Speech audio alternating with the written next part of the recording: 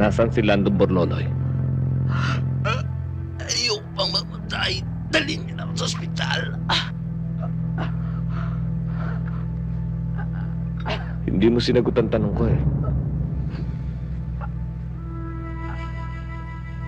Masakit ba yung sugat mo? Pwede ba makita? Huh? Ano? Kaya mo. Oh, ano? Nasaan? Alam sa pasisyo!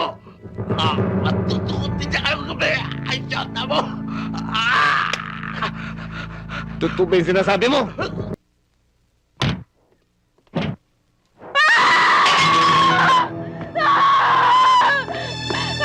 Ani? Ani, bakit? Bakit ba? Ha? Rosa? Inday? Inday? Ani, tama na.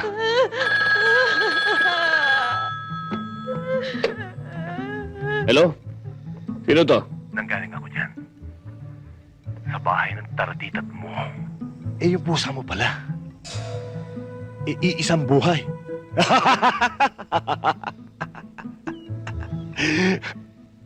Pero si Lando, siya, Lando, buhay ka pa pala. siguro naman alam mo na kung sino isusunod ko sa pusa ng siyota mo. Dudukutin kita kahit sa ka magtago.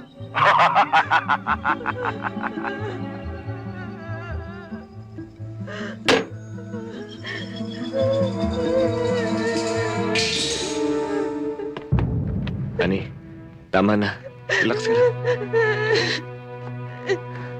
Ani, relax lang. Imposibleng makaligtas yung maliban na lang kung may sa pusa yun.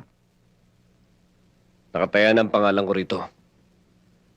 Dapat, gamutin natin to sa lalo madaling panahon. Lalabas akong kahiya-hiya rito. Oo nga, sir. Masisira ang kredibilidad niyo dito. Mula ngayon, wala tayong ibang tatrabahuin kundi si Lando Borloloy. Siya ang top priority. Hindi natin siya titigilan.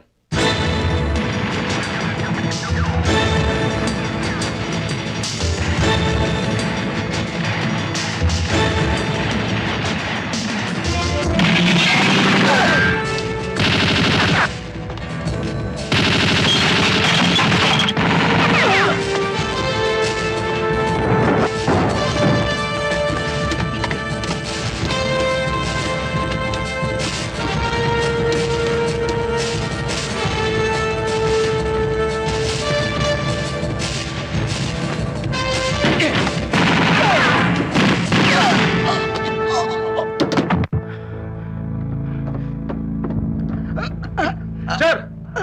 Buhay pa to! Tatapusin ko na! Huwag! Pakantayin mo muna. Hoy! Nasaan si Lando Borloloy? Nasaan? Hindi ko alam. Hindi ko alam. Di mo alam? Kasamaan mo, di mo alam? Matagal na kaming hindi nagkikita. Oh!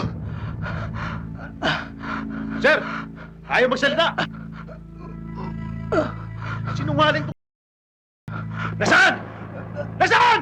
Huwag niyo sigawan. Usapin niyo na maayos. Sir! Ligtas niyo ko, sir. Ayoko pang mamatay. Pare, kilala mo kung sino ko. Pwede kitang patayin ngayon din. Isang tanong, isang sagot. Nasaan si Lando Borloloy? Ayoko pang mamatay. Dalhin niyo na ako sa ospital.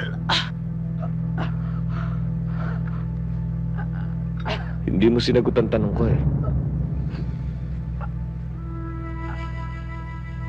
Masakit ba yung sugat mo?